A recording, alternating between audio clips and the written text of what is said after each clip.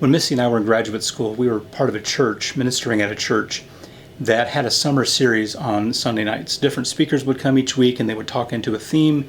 And the very first night, there was this preacher who came in and he started off, trying to lighten up things and kind of, get some rapport going and so tell a joke, and he says, well, you guys are a lot better than the last church that I spoke at like this as a guest speaker. I went in there and I preached my sermon, and at the end I walked to the back and I was shaking hands and shaking people out the back of the room, and this guy came up to me and he said, that's the worst sermon I ever heard.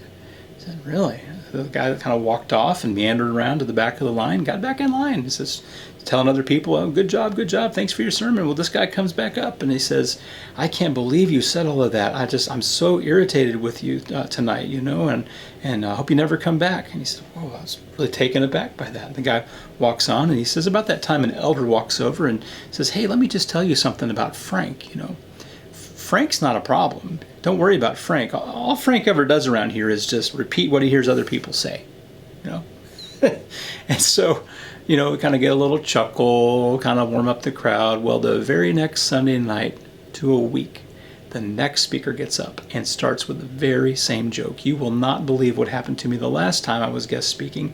And he got done with the joke and it was dead quiet. And I thought, he doesn't know what just happened.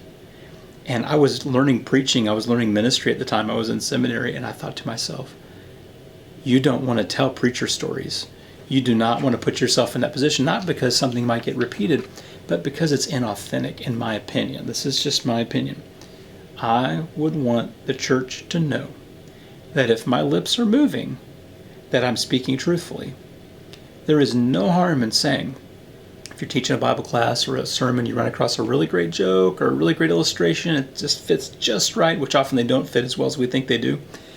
And for you to say, it's like the time when, or like the joke that they tell, or like the old preachers used to say, or something like that, just let them know this didn't happen to you. It really doesn't lose much effect. And if if being inauthentic loses effect, then I would just suggest that you not be inauthentic. So that's the second point, is authenticity is important. The first point is my lips are moving, I want the congregation to know that I'm truth speaking. I don't want them to come afterward and say, did that really happen to you? Is that really a thing? Or tell me more about that. And I'm going to have to say, well, no, actually, no, that didn't really happen. And I just kind of made that up, or it's an old joke that's been going around a long time and all this. Just kind of like, really? Well, why did you say that, The authentic you is right. It's good. You have your voice and your stories and your experiences, and sharing out of that is what God has given you. He didn't give you someone else's life to share. He gave you your life to share. And jokes are fine, but I just really have a problem, and I'm not mad at anybody for it. I don't hold that against them. Speaking my own personal preference is to not apply stories to myself as if they happened to me, if they didn't, because I want people to know that what's coming from up front is truth, and that it's coming from an authentic place.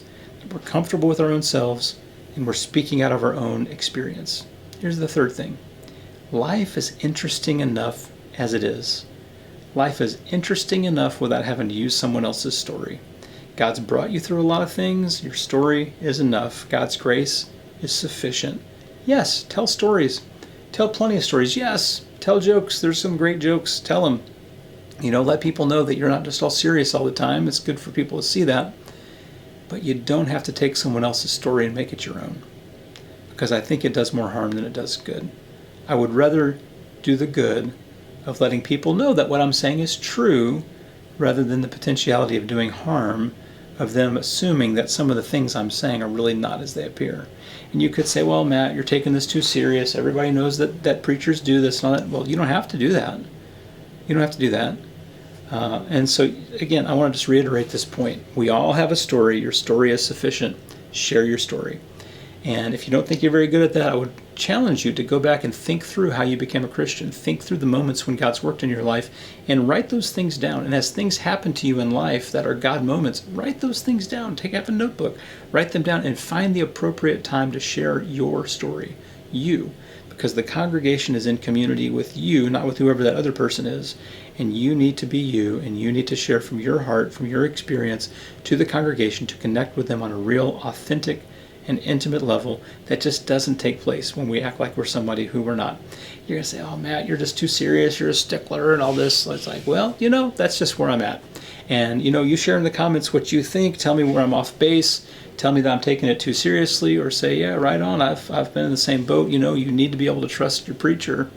And I think that starts with us making the extra effort to let people know where the information's coming from. That's true of sources as well. Sometimes we lean heavily into a source when we preach, and we need to be able to say, here's something that I consulted.